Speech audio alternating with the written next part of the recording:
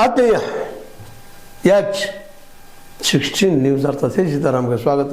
ನಾನು ನಿಮ್ಮವ MI ಅಥವಾ ಮಲ್ಲಪ್ಪ ಜೋತಾವರ್. ಆತ್ಮೀಯರೇ, ಈ ಒಂದಿಷ್ಟು ಬೆಳಗಾವಿ ಜಿಲ್ಲೆಯಲ್ಲಿ DCC ಬ್ಯಾಂಕ್ನಷ್ಟು ಪ್ರಸಿದ್ಧಿ ಪಡೆದದ್ದು ಇನ್ನೊಂದು KLE ಸಂಸ್ಥೆ.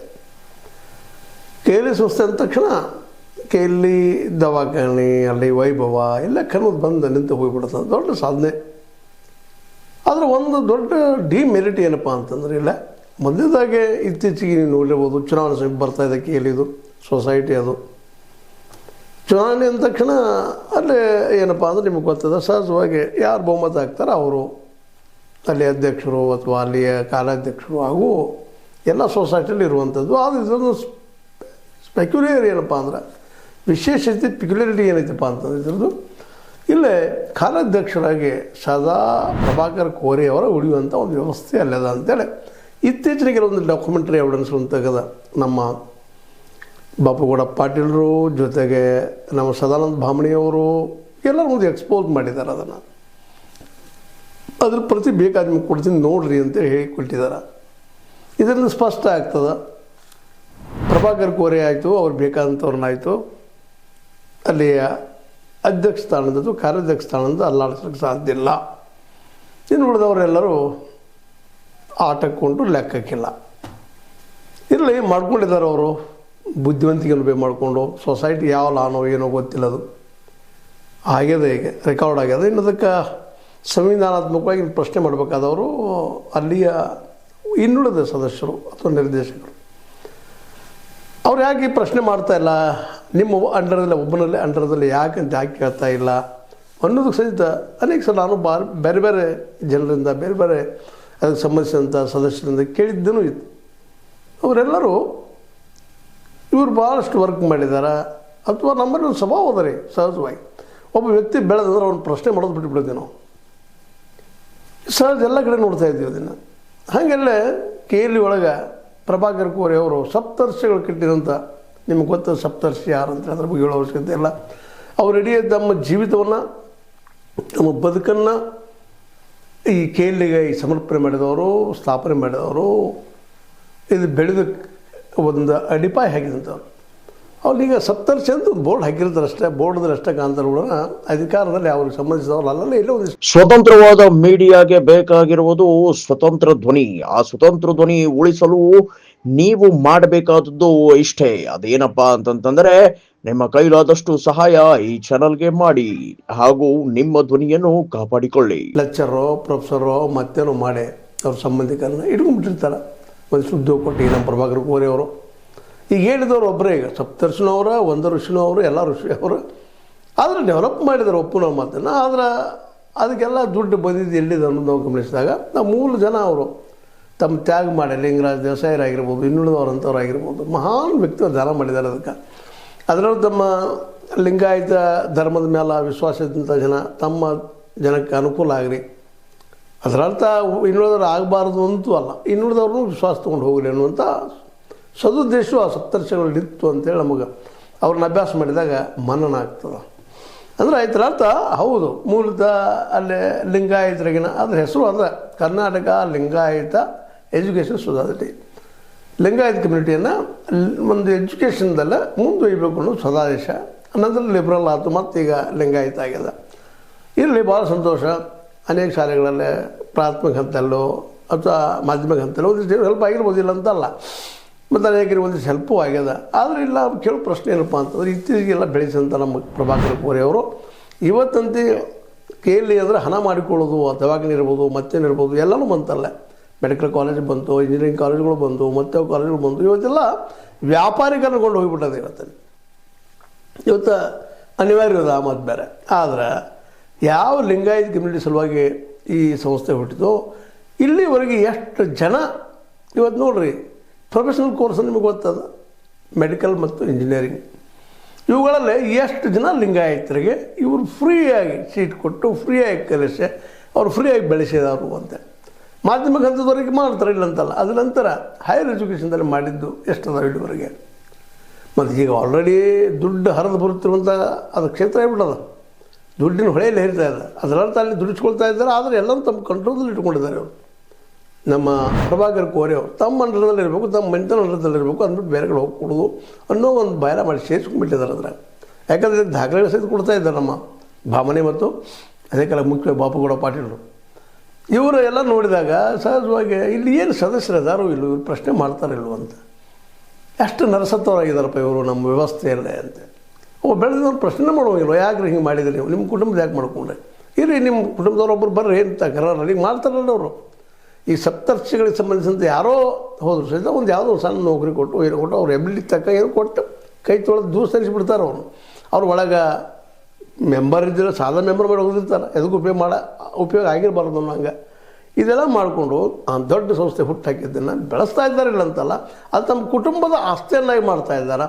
ಮತ್ತು ಇಲ್ಲಿವರೆಗೆ ನಾವು ಇವತ್ತು ಪ್ರಭಾಕರ್ ಕೋರೆ ಅವ್ರಿಗೆ ಸಿಂಪಲ್ ಆಗಿ ಕೇಳೋದೇನಪ್ಪ ಅಂದ್ರೆ, ನೀವು ಶ್ವೇತಪತ್ರ ಹೊರಡಿಸ್ರಿ, ಎಷ್ಟು ಜನ ಲಿಂಗಾಯತ ಹುಡುಗರಿಗೆ, ಉಳಿದವ್ರು ಬಿಡ್ರಿ, ಉಳಿದವ್ರಂತೆ ಎಸ್ ಟಿ ರಿಸರ್ವೇಷನ್ ಕೊಡ್ಬೇಕಾಗ್ತದೆ ಹಂಗೆ ತಿಳ್ಕೊಂಡು ಎಸ್ಗಳು ಫ್ರೀ ಐತಿ ಅಂತ ನಾವು ಹೇಳೋದಿಲ್ಲ. ನೀವು ಟೇಬಲ್ ಅಂಡರ್ದಲ್ಲಿ ಏನು ಮಾಡ್ತೀರಿ ಏನಿಲ್ಲ ಅನ್ನೋದು ಎಲ್ಲರೂ ನೀವು ಒಬ್ಬರಲ್ಲ, ಎಲ್ಲ ಪ್ರೈವೇಟವ್ರು ಏನು ಮಾಡ್ತಾರೆ ಅಂತ ಗೊತ್ತದ. ಸರ್ಕಾರಿ ಫೀ ಏನೋ ಅವ್ರಿಗೆ ಕನ್ಸೆಷನ್ ಆಗ್ಬೋದು, ಅದು ತಮ್ಮದು ಏನು ದುಡ್ಡು ವಸೂಲು ಮಾಡಬೇಕಾದ್ರೆ ವಸೂಲು ಮಾಡೇ ಮಾಡ್ತಾರೆ ಎಲ್ಲ ಕಡೆ, ಅದು ನೀವು ಏನು ಹೊರತಾಗಿಲ್ಲ.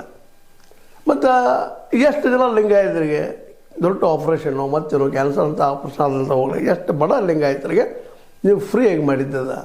ಹೆಸರು ನೋಡಿದ್ರೆ ಲಿಂಗಾಯತ ಸಂತೋಷ ಮಾಡಲಿ, ಆದರೆ ಎಷ್ಟೋ ಜನ ಬಡವರಿದ್ದಾರೆ ಲಿಂಗಾಯತರು, ಅವ್ರನ್ನೇನು ಉಳಿಸುವಂಥ ಪ್ರಯತ್ನ ಎಷ್ಟು ಪ್ರಮಾಣದಲ್ಲಿ ಮಾಡಿದ್ರು. ಇವ್ರ ಬಗ್ಗೆ ಶ್ವೇತಪತ್ರ ಹೊರಡಿಸೋಕ್ಕೆ ಸಾಧ್ಯ ಇದಲ್ಲ ನಿಮಗೆ ಅಂತ. ಇದನ್ನು ಕೇಳಬೇಕಾದ್ರೆ ನಮ್ಮೆಲ್ಲ ಸದಸ್ಯರು ಲಿಂಗಾಯತ ಸದಸ್ಯ ಸಾಕಷ್ಟು ಇದ್ದಾರಲ್ಲ, ಇಲ್ಲಿದ್ದಂಥ ಲಿಂಗಾಯತರನ್ನ ಇದಕ್ಕೆ ಯಾಕೆ ಅವ್ರು ಕೇಳ್ತಾ ಇಲ್ಲ ಅಂತಂದ್ರೆ ಅವ್ರದ್ದು ಸ್ವಾರ್ಥ ರೀ. ನಮಗೇನು ಮಾಡಿದ್ರಿ ಊರು ಸಾವಿರ ತೊಗೊಂಡು ನಾವು ಅಷ್ಟು ನೆಮ್ಮದಿ ಇದ್ರೆ ಸಾಕು ಅನ್ನುವಂಥ ಮನೋವೃತ್ತಿ. ಹೀಗಾಗಿ ಎಲ್ಲ ಡೈರೆಕ್ಟರ್ಸ್ ಆಗಿರ್ಬೋದು ಅಥವಾ ಮತ್ತಾರು ಆಗಿರ್ಬೋದು, ಸದಸ್ಯರಾಗಿರ್ಬೋದು, ಪ್ರಭಾಕರ್ ಕೋರೆ ಅವ್ರನ್ನ ಪ್ರಶ್ನೆನೇ ಮಾಡೋದಿಲ್ಲ ಅಂದಾಗ ಸಹಜವಾಗಿ ಪ್ರಭಾಕರ್ ಕೋರೆ ಅವರು ಕೇರಿ ಒಳಗೆ ಅವ್ರ ಡಿಕ್ಟೇಟರ್ ಅವ್ರು ನಮ್ಮದು ಫೈನಲ್ ಡಿಸಿಷನ್, ನಾನು ತಮ್ಮ ನಂತರ ತಮ್ಮ ಮಗನೋ ತಮ್ಮ ಮಗ ಸಂಬಂಧಿಕರೋ ಅಥವಾ ಸ್ವಶನೋ ಮತ್ತೆ ಅಂತಂದು ಆಗ್ತಾರೆ. ಈಗ ಅದನ್ನು ಈಗ ನಡೆದೂ ಸಾಕಷ್ಟು ಚರ್ಚೆ ಮಾಡ್ತಾ ಇದ್ದಾರೆ. ನಾವು ಮುಂದೆ ಮಾಡೋದು ಮುಂದಿನ ದಿನದಲ್ಲಿ ಚರ್ಚೆ ಆ ಎಲೆಕ್ಷನ್ ಸಲುವಾಗಿ. ಅಂದರೆ ಈಗ ನಮಗೆ ಗೊತ್ತಾದ ಹಿನ್ನೆಲೆಯಲ್ಲ, ಮೊದಲನೇದಾಗೆ ಅದು ತಮ್ಮ ಸುಪರ್ ತೆಗೆದುಕೊಂಡಾದ್ರೆ ಕೇಳಿ ಸೊಸೈಟಿನ ಪೂರ್ತಿಯಾಗಿ ದೊಡ್ಡ ಸಂಸ್ಥೆಯಾಗಿ ಬೆಳೆಸಿದ್ರೆ ಇಲ್ಲ ಅಂತಲ್ಲ, ಆದರೆ ತಮ್ಮ ಸ್ವಂತ ಆಸ್ತಿಯಾಗಿ ಬೆಳೆಸಿದಾರೆ. ಇದು ಸರಿನಾ ಅನ್ನುವಂಥದ್ದನ್ನು ಆ ಸದಸ್ಯರು ಕೇಳಬೇಕು. ಅದನ್ನು KLA ಸದಸ್ಯರು, ಅದರ ಲಿಂಗಾಯತರು, ಲಿಂಗಾಯತ ಮಠಾಧೀಶರು ಇವೆಲ್ಲ ಕೇಳಬೇಕಾಗಿದೆ. ಇವತ್ತು ಯಾಕೆ ಕೇಳೋದಿಲ್ಲ ಅಂತ ನನಗೆ ಗೊತ್ತಿಲ್ಲ. ಯಾಕಂದ್ರೆ ನಿಮ್ಮ ಹೆಸರಿಡುಗಳು ಅವ್ರು ಮಾಡ್ತಾ ಇದ್ದಾರೆ, ಮಾಡಲಿ, ತಾವು ಬೆಳೀಲಿ, ತಾವು ಉಳಿಲಿ ಅದರಲ್ಲೇ. ಆದರೆ ಮ್ಯಾಕ್ಸಿಮಮ್ ಇಲ್ಲೇ ಲಿಂಗಾಯತ ಬಡ ಮಕ್ಕಳಿಗೆ ಎಷ್ಟು ಜನ MBBS ಪಾಸ್ ಆಗಿದ್ದಾರೆ, ಇಲ್ಲಿವರೆಗೆ MD ಆಗಿದ್ದಾರೆ ಅಥವಾ MTech ಆಗಿದ್ದಾರೆ ನಿಮ್ಮ ಸೊಸೈಟಿಗಳ ಮೂಲಕ.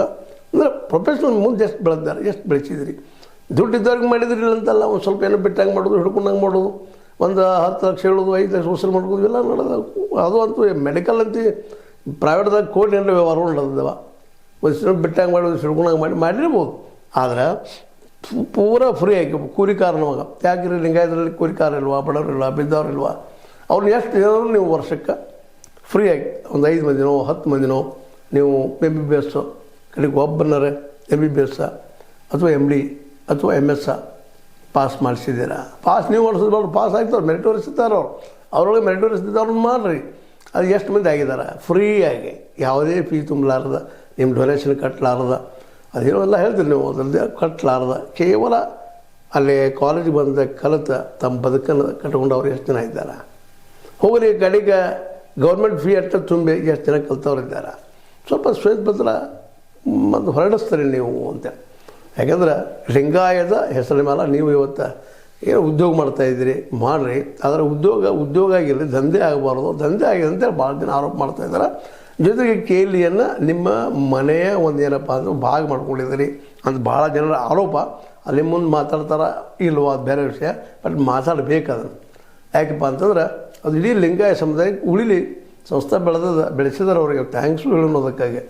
ದೊಡ್ಡ ವಿಶಾಲ ವೃಕ್ಷ ಬೆಳೆದದೆಲ್ಲ ಶಿಕ್ಷಣ ಕ್ಷೇತ್ರದಾಗ. ಹಾಗಾದ್ರೆ ಕೂಡ ಅದನ್ನು ದಿವಾಳಿ ಬಸ್ಬೇಕಂತ ನಮ್ಮ ಅಭಿಪ್ರಾಯ ಅಲ್ಲ.